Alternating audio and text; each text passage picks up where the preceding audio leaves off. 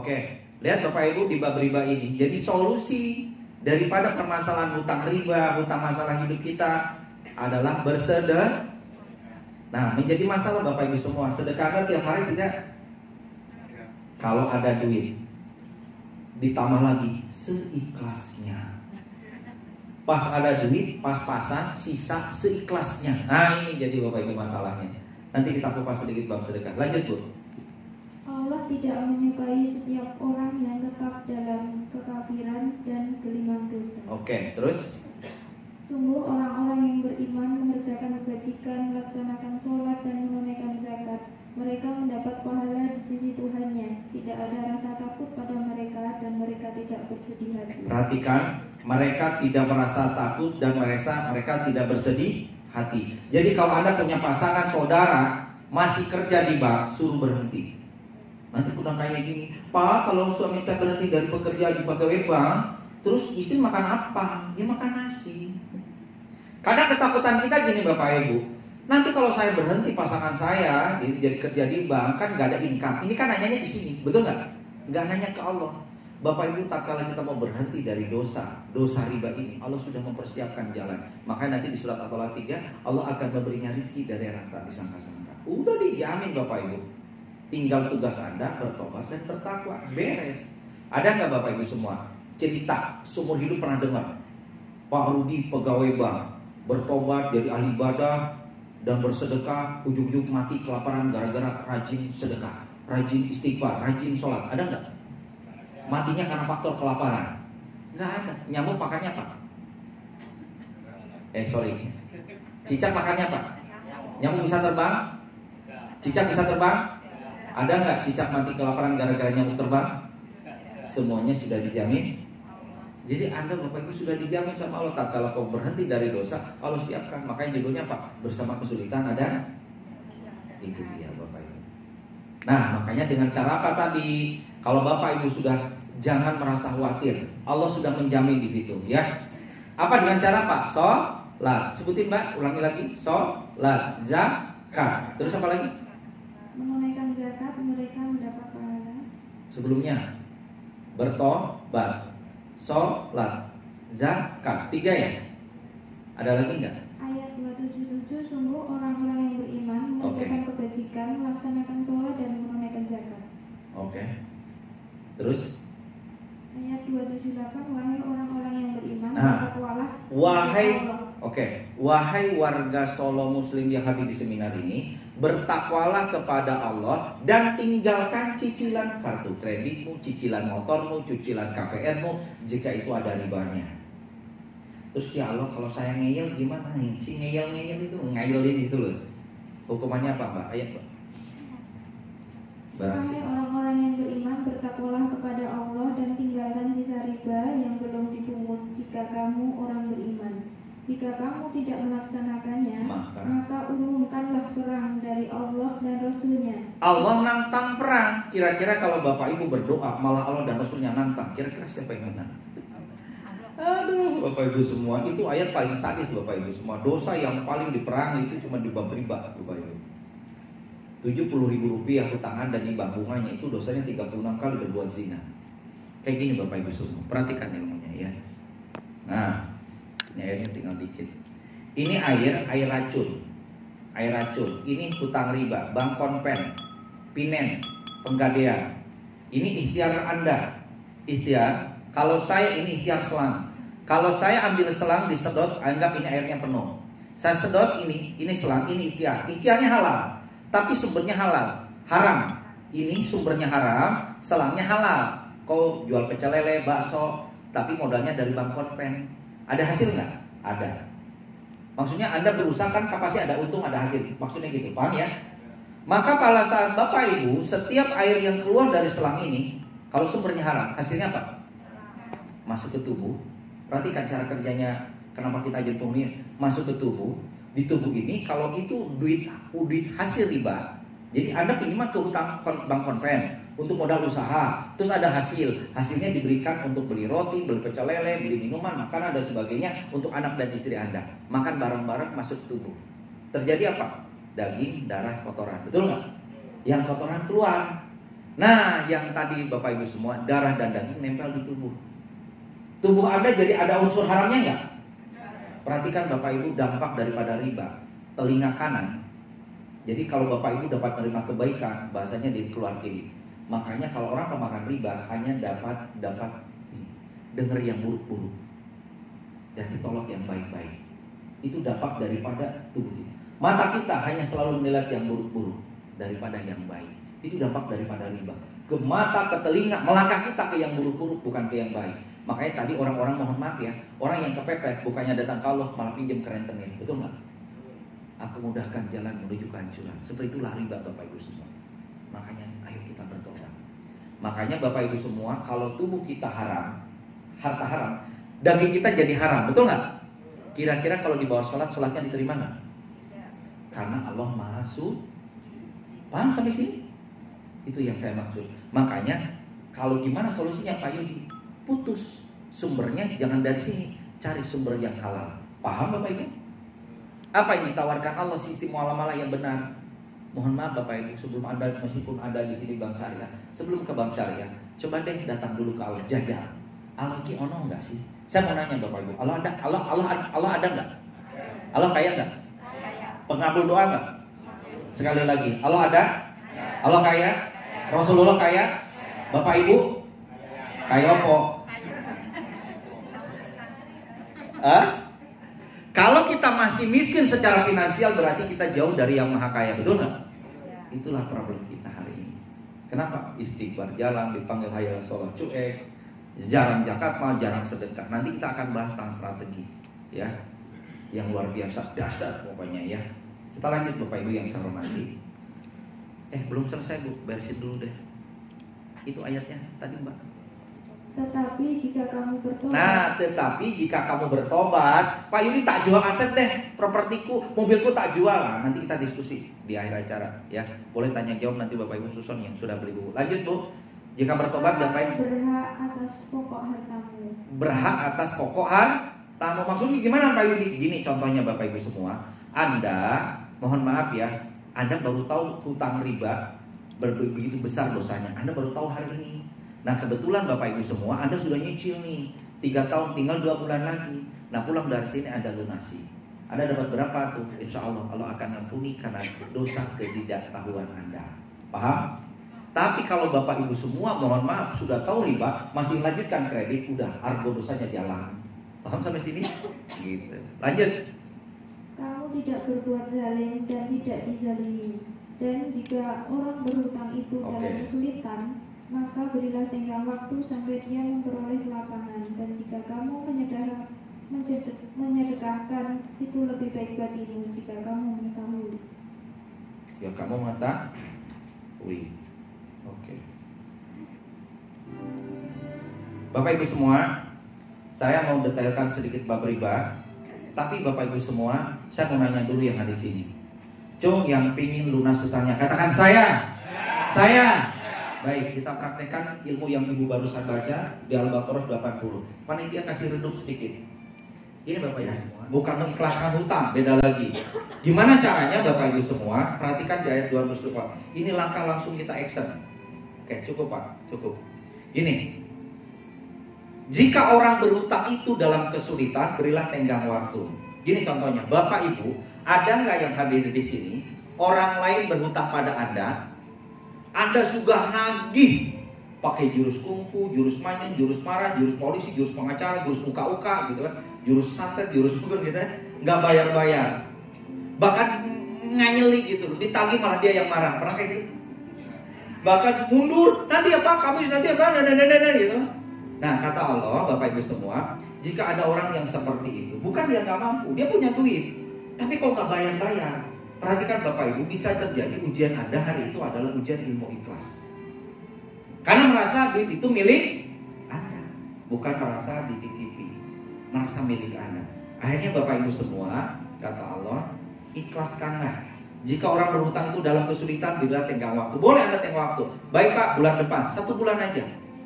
Berilah tenggang waktu sampai dia berkelapangan, sampai ada duitnya.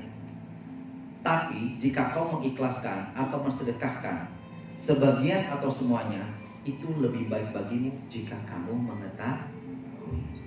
Kemarin di Jakarta Bapak Ibu ada sahabat kita mengikhlaskan piutangnya. Tidak banyak Bapak Ibu yang diikhlaskan, 22 juta. Beberapa minggu kemudian dia dapat umroh gratis dari Allah. Ada kemarin Bapak Ibu di Tasikmalaya baru mengikhlaskan, gak banyak, 32 juta. 2 tahun dia kabur. Bapak Ibu setelah mengikhlaskan baru duduk 1 menit. Duduk 1 menit Bapak Ibu, apa yang terjadi? Orang yang bawa kabur transfer balik ke dia, hanya hitungan detik. Kemarin lagi Bapak Ibu di Makassar orang mengikhlaskan, orang yang diutangi dan diutangkan dua-duanya ikut seminar. Berapa yang diikhlaskan? Si ibu itu ternyata, saya ikhlaskan berapa? 100 juta rupiah. Alhamdulillah. Itu sama dengan nyari duit 100 juta, gak usah susah-susah karena dia mengikhlaskan.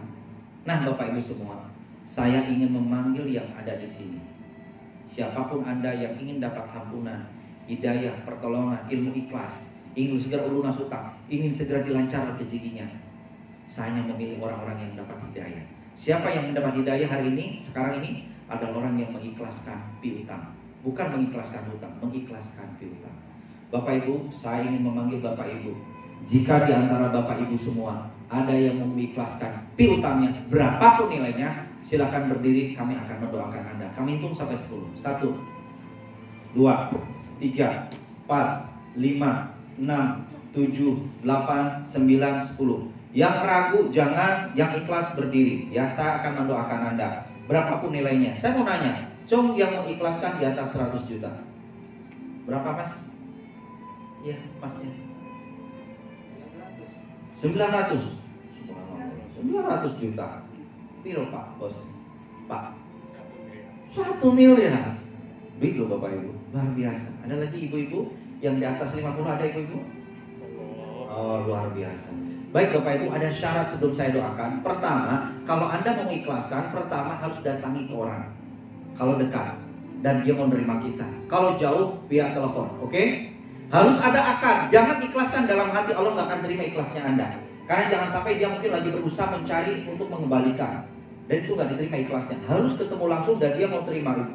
Kalau seandainya Bapak Ibu semua Anda sudah mencari, sudah pindah, entah meninggal, entah mungkin pindah kemana, nggak ada yang tahu kemana entah berantah, Anda ikhlaskan sama Allah karena itu miliknya Allah. Kalau Anda pas mengikhlaskan dia menolak, oh enggak, tetap saya bayar. Tetap Anda ikhlaskan, suatu saat dia bayar, terima dunia, sedekahkan kepada anak yatim. Paham Bapak Ibu? Yang terakhir Bapak Ibu, usahakan ngomong dengan pasangan biar sefrekuensi, jangan sampai Anda ikhlaskan pasangan lagi kan kagak nyambung. Oke? Dan yang terakhir Bapak Ibu semua, sekali lagi, kalau sudah seperti itu, doakan mereka. Ya, kalau Bapak Ibu sudah berusaha ya dan sebagainya, insya Allah belajar mengikhlaskan. Baik Bapak Ibu, sekali lagi, Anda yang berdiri ikhlas?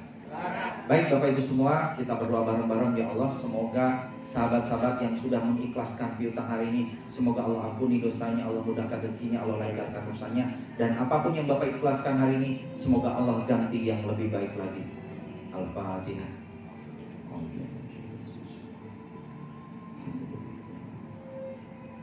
Iya kan?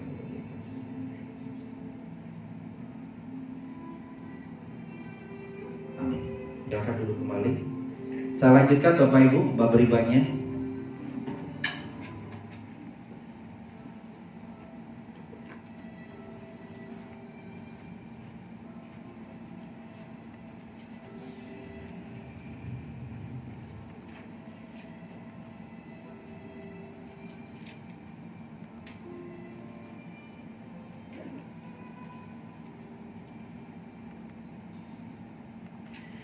Nah, Bapak Ibu semua, bayangkan tadi kalau misalnya kita punya kasus riba, punya hutang tidak banyak Bapak Ibu semua, 1 miliar aja dosanya. Aduh, ngerinya minta ampun Bapak Ibu semua. Ngerinya minta ampun Bapak Ibu semua. Ngeri. Berapa? 1 dirham itu kurang lebih sekitar 70.000. Ya sebentar, ini memang trouble-nya di LCD-nya. Ini kasus riba ya.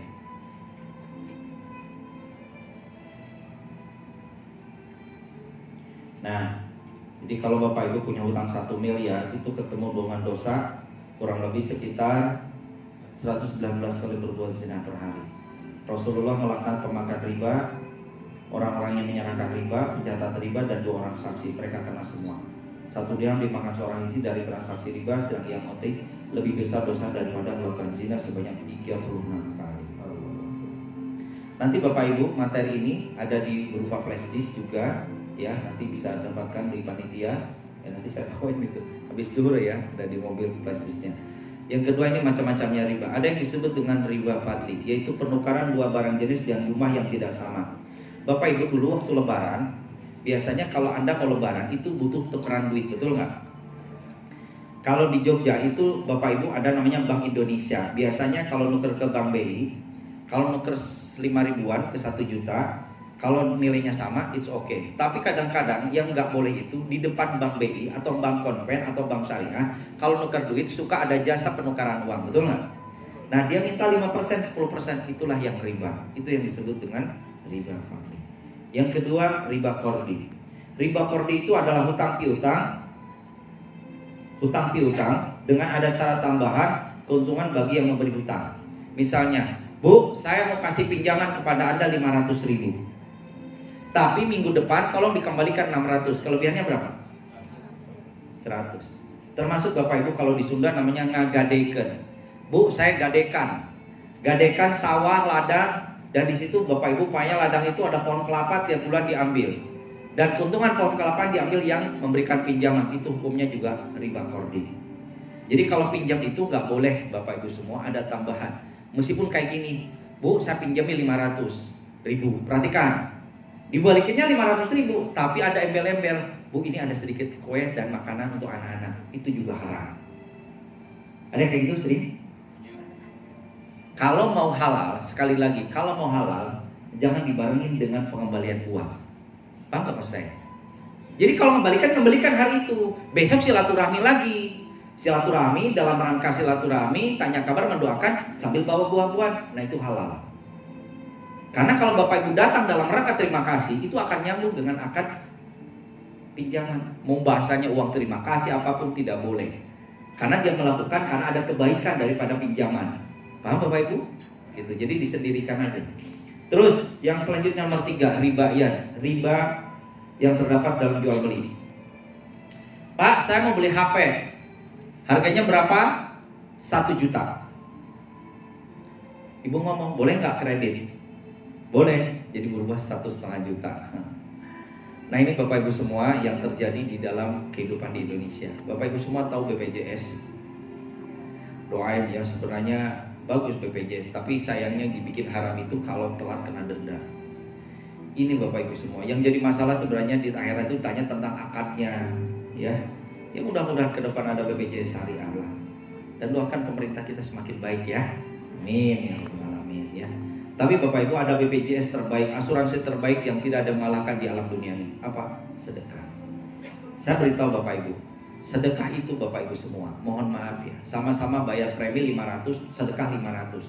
Kalau di depan Bapak Ibu semua dengan bayar premi, takdirnya tabrakan. Jadi nggak tabrakan? Jadi nggak tabrakan? Perhatikan, Bapak Ibu bayar premi, takdirnya jam 3 tabrakan. Terus jam 3, kira-kira jadi tabrakan nggak? Oke, jadi ya. Sekarang Bapak Ibu ngaji, istighfar, sedekah 500 ribu. Jam 3 takdirnya tabrakan. Jadi nggak? Paham maksud saya?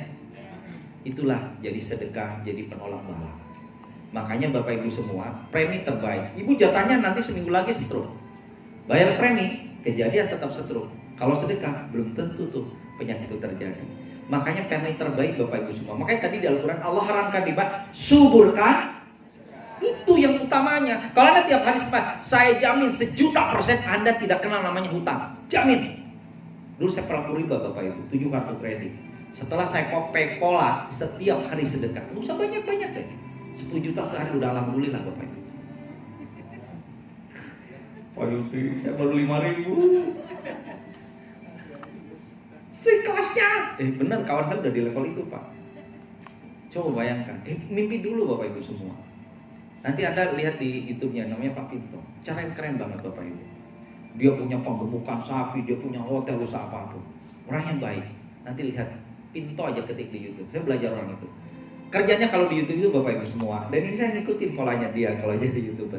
Ngapain? Dia kalau beli sate apa, satenya diborong, dibayar 10 kali lipat. Ada jualan, tapi mohon maaf, di pedagang yang kecil-kecil itu loh, nenek-nenek kayak gitu ya. Ada apa pun makanan, di syuting. Ada mungkin 3 orang yang syuting. Wih, luar biasa. Dia sedekahnya seperti itu. Sampai dia kadang-kadang nangis.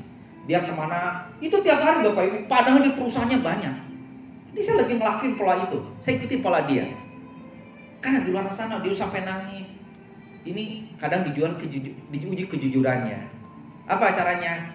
Dia pura-pura lupa bawa dompet. Ini saya bawa dulu. Bolehlah. Nah, orang-orang lihat ikhlas kayak gitu. Ibu kenapa kok percaya sama saya? Iyalah. Kalaupun diambil juga ini bukan milikku, milik Allah. Nangis. Kayak ketampar malah pintunya. Sekali keluarin diplok sekian geprok. Kayak si Pak Mbak buang gitu. Ya luar biasa Bapak Ibu semua. Ini sosial tapi digunakan untuk hal seperti itu. Ingat Bapak Ibu semua. Nah, Bapak Ibu semua, Anda bisa melakukan hal-hal seperti ini di pasar. Contoh, kalau beli nasi goreng, nanti praktekan ya. Beli nasi goreng, berapa nasi goreng? 15.000, kurang lebih ya. Mulai sekarang tolong bayar, jangan 15, bayar 50.000 atau 100.000. Siap? Siap? Sambil mikir. Parkir berapa? 2.000, jangan, bayarlah 20.000. Saya jamin orang itu akan langsung mendoakan Anda, betul nggak? Matur sembarangan, panjang Bapak Ibu doanya. Semoga lancar rezekinya dan sebagainya. Coba Anda kasih 2.000, kelar doa nggak? Enggak. Tolong dicatat, disimpan di memori Anda Bapak Ibu. Siapa orang sukses? Orang sukses adalah orang yang banyak didoakan oleh orang lain. Saya kadang lihat pas lagi lihat YouTube gitu, orang-orang yang berbagi, malah yang ngasih tuh nangis. Kenapa? Kadang-kadang di depan itu bukan si ibu-ibu jualan, tapi malaikat yang mengangkat derajatnya jadi orang sukses. Kalau di sini banyak orang-orang miskin, Anda berbagi, yang bikin Anda sukses kaya itulah orang-orang miskin karena doanya yang tembus ke langit Bapak Ibu. Ayo Bapak Ibu semua. Dan Bapak Ibu semua, nanti saya bahas sedikit materi bisnis habis duhur. Saya ajarin bisnis bagaimana marketing langit. Ini ada bukunya. Dan bagaimana belajar rugi tapi untung. Rugi tapi untung. Nah, nanti juga ada kisah saya di sini, di buku saya. Bagaimana punya rumah 1,5 miliar gratis tanpa hutang. Cung yang belum punya rumah di atas 1 M. Saya doain mudah-mudahan pulang dari sini punya rumah. Amin. Ya, benar Bapak Ibu. Saya kembali lagi, prinsipnya sekali lagi. Allah ada nggak? Allah kaya? Allah pengabul doa? Itu catat di Al-Baqarah 186. Kuncinya di situ. Dahsyat Bapak Ibu. Bu semua baru 100.000 pinjam. Bapak Ibu, mau nggak jadi seorang miliarder? Mau? Yuk coba katakan miliar.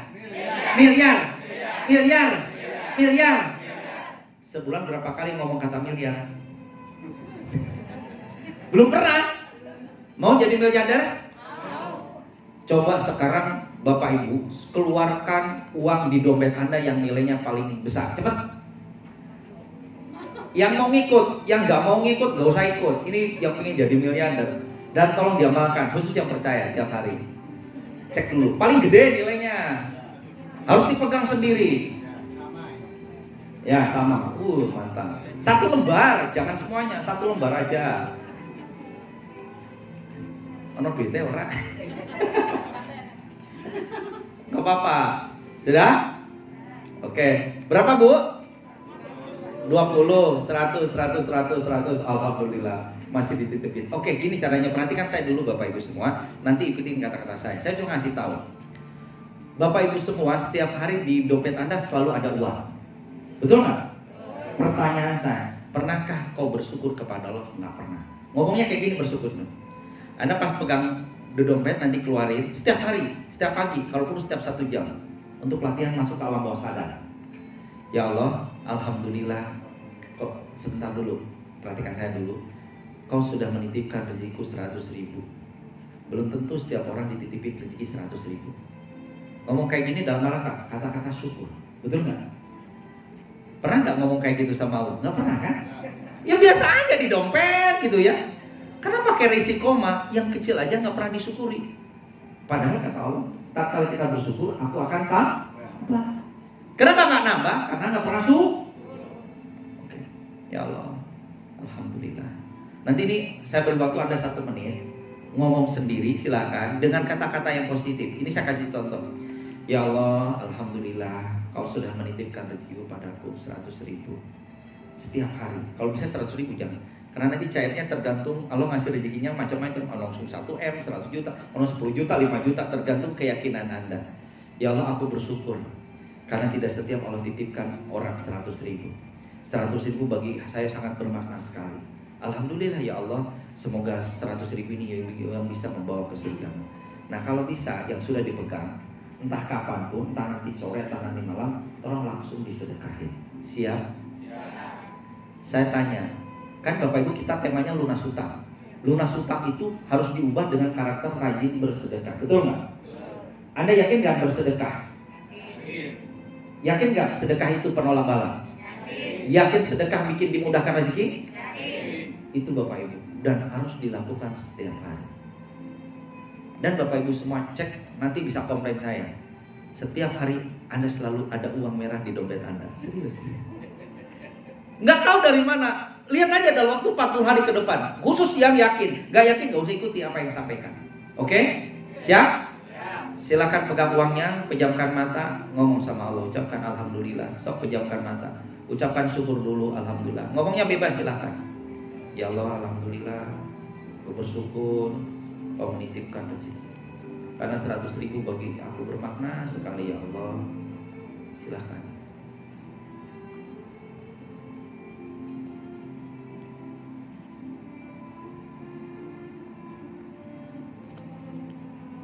Bersyukur terus.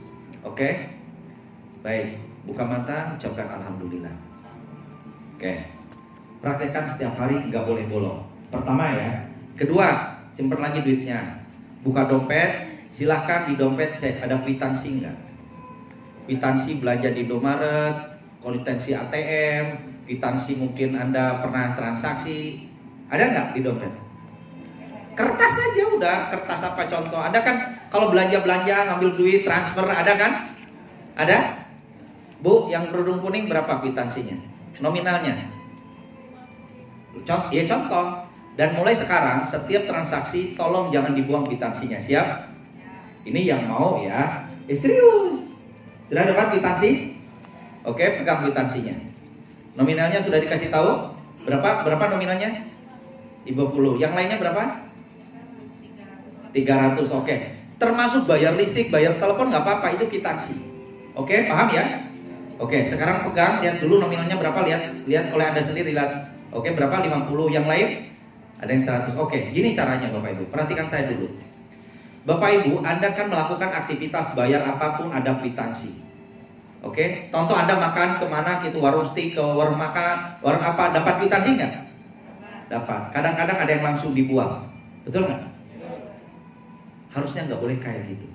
Harusnya Bapak Ibu setiap hari, tiap pagi, apa yang kau lakukan di pagi sampai malam sebelum tidur, siapkan kwitansi. Ngomong kayak gini, ini contoh ya. Saya barusan makan habis 200.000 di rumah makan.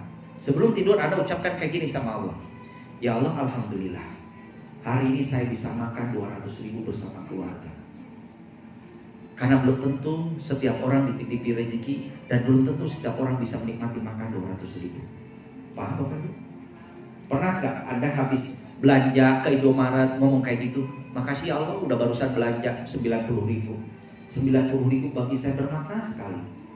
Ngapain? Rasa pernah ngalami kayak gitu? Gak pernah. Kenapa rezekinya gak nambah? Karena gak pernah bersyukur. Paham? Udah pegang kwitansinya? Silahkan 30 detik, pejamkan mata, ucapkan syukur pada Allah. Nominalnya dilihat dulu. Makasih ya Allah, kau sudah menitipkan rezeki untuk bisa belanja. Sebutin, belanja minyak, belanja apa, senilai sekian, sebutin. Makasih ya Allah, karena tidak setiap orang Allah berikan rezeki seperti ini. Silakan sampaikan rasa syukur kepada Allah.